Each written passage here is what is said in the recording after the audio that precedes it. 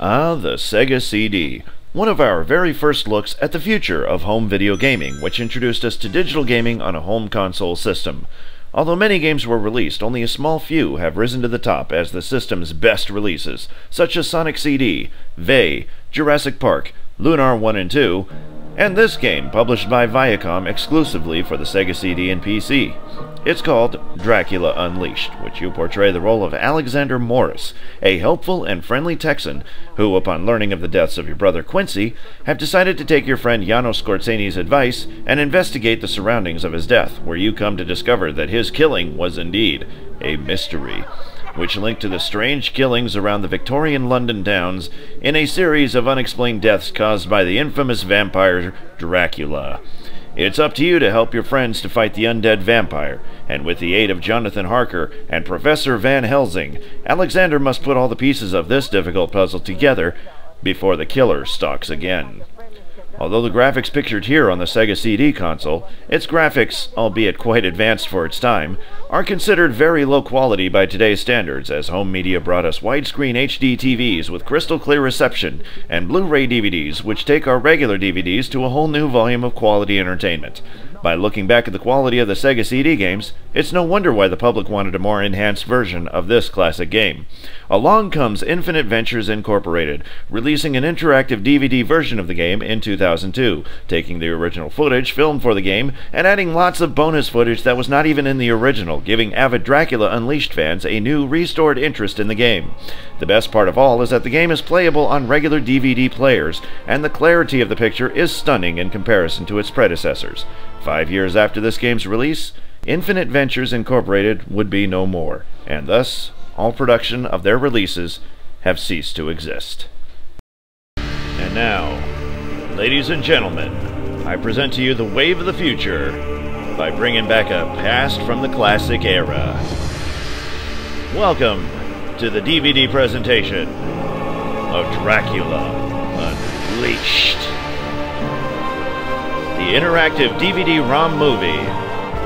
But unfortunately, you can't get this new anymore because the company who made it has now gone under and now cannot produce any more of these. So if you want this video game, you're going to have to look on Amazon, eBay, or wherever DVD games are sold.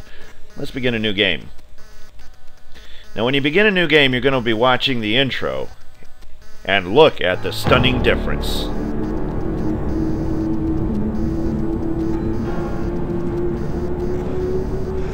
I wish you were here now, Quincey. You were always there for me when I needed you. Even now, it's your friends who've made me strong enough to carry out what I must do. First it was Father Janos who started me on this agonizing task. Now with the aid of your old allies, it looks like we'll end this horrible scourge. So much has happened these past few days. Mr. Alexander Morris. Thank you. Alexander. Arthur, I can't tell you how much I appreciate your kindness while I've been in your city. And now for you to sponsor me in London's most prestigious club. Nonsense. Your brother and I were extremely close. Here, let me introduce you to some of the other members of the Hades Club. Devlin. Alexander, I'd like you to meet Devlin Goldacre. Devlin, Alexander Morris. I believe I've mentioned his late brother Quincey. Yes, you have. Mr. Goldacre, this certainly is a pleasure. It will be an honor to be accepted into your club. So, this is the brother of the famous Quincey Morris. I suppose even London isn't big enough for more than one Texan at a time. What brings you here? Well, it's an unusual story, really. I received a letter from a Romanian priest telling me I should investigate the circumstances surrounding my brother's stabbing. Ah, your Romanian priest couldn't have directed you to a more peculiar city. And now, with the murders in the newspapers... Oh, do shut up, Leopold. Never mind our Czechoslovakian drunk and his ramblings. So, how long have you been in our fair city? Well, a number of months, actually. I got a bit sidetracked from my investigation when I met Anisette. Since we became engaged and her father took ill, I really haven't had the time to pursue the matter further. Yes, well, I can see how Anisette could have that effect on a man. Excuse me, sirs. I have a message for Mr. Morris. For me? Thank you. Good Lord. It's a note from Mr. Bowen's doctor. Mr. Bowen has just suffered a fatal heart attack. I have sedated Miss Bone and would appreciate your presence tomorrow morning. I'm terribly sorry. Perhaps I should go home. I could do with some rest as well. Pardon me. Death is such a dreadful business.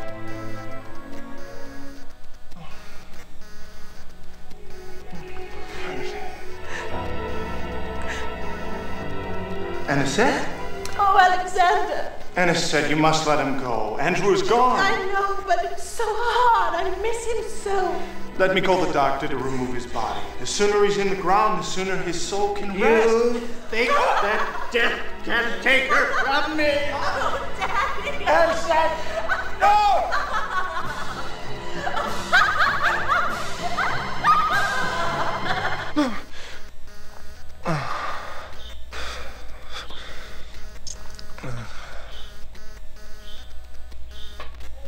And now finally you gain control. Now you can, if you wish, take a diary of all of your transports, your different places that you've been, and you got to notice that there is a stopwatch here. You wake up at 7 o'clock in the morning. 7 o'clock a.m.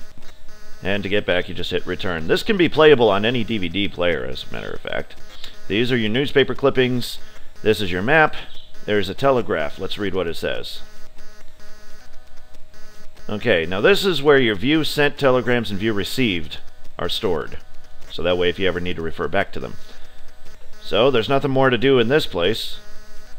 You can keep a diary like I said, but that's just to help you remember what you need to do and where you need to go. So, the difference between the Sega CD and PC versions of the game and the DVD version is that you cannot go over and click on the door or the carriage in order to move from place to place. For the DVD player, they have these icons down here. So let's go into the carriage by clicking on the carriage icon. And we are going to go over to Anisette's place, which is called Bowen Home. I'd like to go to 10 Campden Hill. Notting Hill, please. And the coachman takes you there in a flash. And there you are. So click on the door and go inside. Oh, Alexander, I'm so glad you're here. Shh, it's all right. Where's the doctor? He's gone. He said it was a heart attack brought on by shock. Shock? An open window in this weather? I shall have to talk with Miss Culpepper. Oh, Alexander, I'm so tired. Why do things have to go away? Why can't all the things we love stay forever?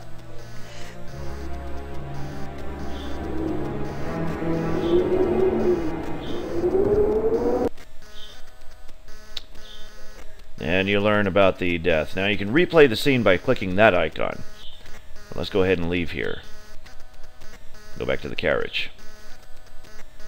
Now, what we're going to do is go on over to the telegraph office to try to make sense out of this thing. 23 Luxborough in King's Cross, driver. You go to King's Cross to the telegram office. Now, the thing about going in and out of places, and sometimes you need things in hand or else it won't work. What we're going to have to do is put Father Janos Scorseni. This is Father Janos' calling card. He lives in Bistritz, Romania. Yes, he does. He lives in Bistritz. So just take Get Object, and now look for the icon in hand. Now, I don't know why the hand opens when you hold an item. It's supposed to be closed, but I think that they messed up on that. So, just look for in hand. Go to Return. Make sure you have it in hand, click on the door, and send a telegram to Father Janos Scorseni. Hello. I'd like to send an overseas telegram, please. And what is the destination, sir? Bistritz. Bistritz. In Romania. In Romania. Now you have to make sure you have all this stuff in hand, because if you don't, you'll go in there not sure of where to send a telegram to. You'll have to go out, get it in hand, go back inside again, and that wastes time. Speaking about time, you are on a timed basis when you go from place to place. Our next stop is going over to the Holmwood's home. I'd like to go to 19 St. Augustine. Fortunately, you could skip all that mumbo-jumbo and head right over there. So, let's click on the door. Arthur is busy just now. I'm sure he'll be with you in a moment. Yes, he was my carriage driver. I had sent him to deliver this package and was beginning to wonder about his late return. Well, where was this package bound, sir? To the residence of Mr. Jonathan Harker. That's 56 Rochester, Marble Arch. It was a gift for his son, young Quincy. Well, thank you so much, sir. Well, I suppose this belongs to you, then. We found it by the body. Decapitation is a most horrible crime. Strange. There's no accounting for the blood loss. Well, it seems that the Homewood carriage driver has suffered a very similar fate to some of the other cases that are going on around this time. So, let us depart and go back into the carriage. This game is mostly made up of going from place to place in order to put pieces of this puzzle together. Well, we've been through the Homewood's home. Now we're going to have to go to the Harker home, because now we got a new address. There it is, Harker home. 56 Rochester in Marble Arch. Now also keep in mind it takes you time to go from place to place in London. So you're going to have to keep a very good eye on the time, because we woke up at 7 and 10:05 a.m. It's already 10:05. And we are making good time, because usually around here it's usually 10:20, but we are making good time. And we even sent off a telegram. So let's go inside. Those are beautiful flowers, Mrs. Harker. Why, thank you, Mr. Morris. Well, I do love roses. They remind me of someone I once knew. Fragile, beautiful, and dangerous. And how are you, Mr. Morris? Well, I'm fine, but I'm worried about my fiancée, Anisette. Her father, Andrew Bowen, just passed away. Oh, how terrible. I'm sorry to hear it. I knew Mr. Bowen from business affairs. Poor Anisette. Well, I should tell her you send your condolences. But I'm afraid that's not all. The Homewood's carriage man has been, well, murdered. He was on his way to deliver a present to little Quincy. He was found decapitated, his body drained of blood. Mina, have you looked in on Quincy? Not for a while, no. Perhaps you should. All right. I'm sorry, Mr. Morris, but I have some pressing matters which I must attend to. But I wanted to talk to you about... If you wish to talk business, then come to my office. And that's your purpose of going there, is so that you can get his business card, so that you can visit him at his place of business. Let's leave. Now we're going to go to the newspaper stand and see what is going on in the world of news today. Please take me to 98 Rutherford. This is where you learn about the address to the pub. So we're going to go and click on the door, even though it's right out here in the open. That paper's not for the weak-hearted today, those who loses their heads easily. Right messy it is. That fella with his head cut off and all, his blood gone. Ugh. Oh, he needs a drink instead of Saucy Jack when this day's over. Saucy Jack? Haven't you heard of it, Gov? The best pub in the Strand. Me mouth is watering already for a mug of Rebecca's ale.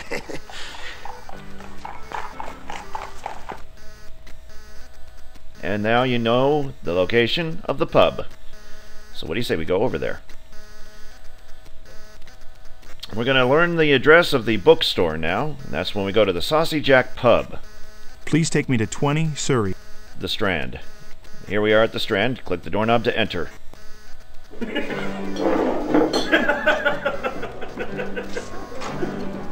Hello, sir. How's the day treating you? That could be better. Oh, I hate to see one of me customers in the mopes. Tell you what, you give me your name and I'll get you a mug of ale on the house. Wow, Alexander Morris at your service. My name's Rebecca Eaton. I'm the owner of this fine establishment. Oh, careful. This one, Becky, is moody. Could be the murderer. Oh, keep your mouth shut. Don't mind them. They scared. Count of all the people being killed. Real unnatural like, too. Heads cut off and the bodies all dry of blood. Hey, I'd lose my head for you, Becky. Oh, go on. Strange killings, they is. That woman in white been seen all over London. It's like that Bloofer lady years ago. Bloofer? What kind of name is that? Never heard the like afore or since. She's a woman what bit young'uns on the neck. Where'd you hear this? I read it in a book. I was delivering a bunch of them to that bookstore in King's Cross. What's it called? Let's see. My noggin's gone all rusty. Goldstein and Horn, Goldfield... Goldacre? Yay, that's it. Goldacre and Horner. Alrighty, so now you learn the location of the bookstore, so let's go there. Click on the carriage and go off to the bookstore, learning addresses as you go. And that's the full purpose of the first day, is learning all the addresses of different places you are going to need to go inside the bookstore.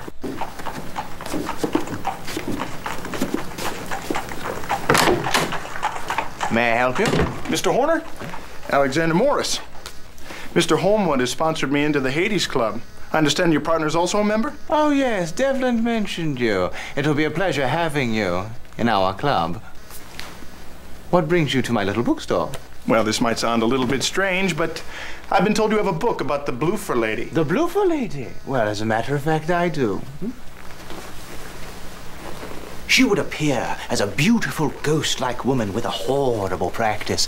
She would summon children only to return them later, some on the verge of death. The children would call her Bloofer instead of beautiful. Yes, bears a striking resemblance to some other cases I know of. How much do I owe you? A gift from one Lord of Hell to another. From the library of Dr. John Seward, Purfleet Asylum.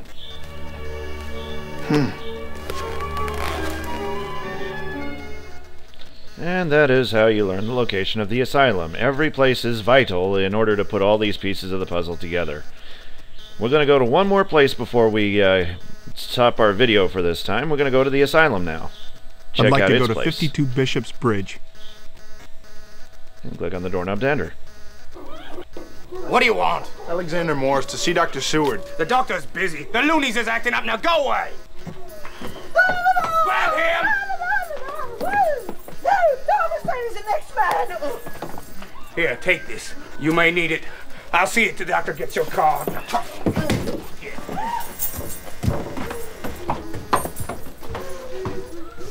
Well, he's got his hands full in that asylum, but at least now you got a blackjack, and you are going to need that later. So go into your inventory and notice that you have a blackjack.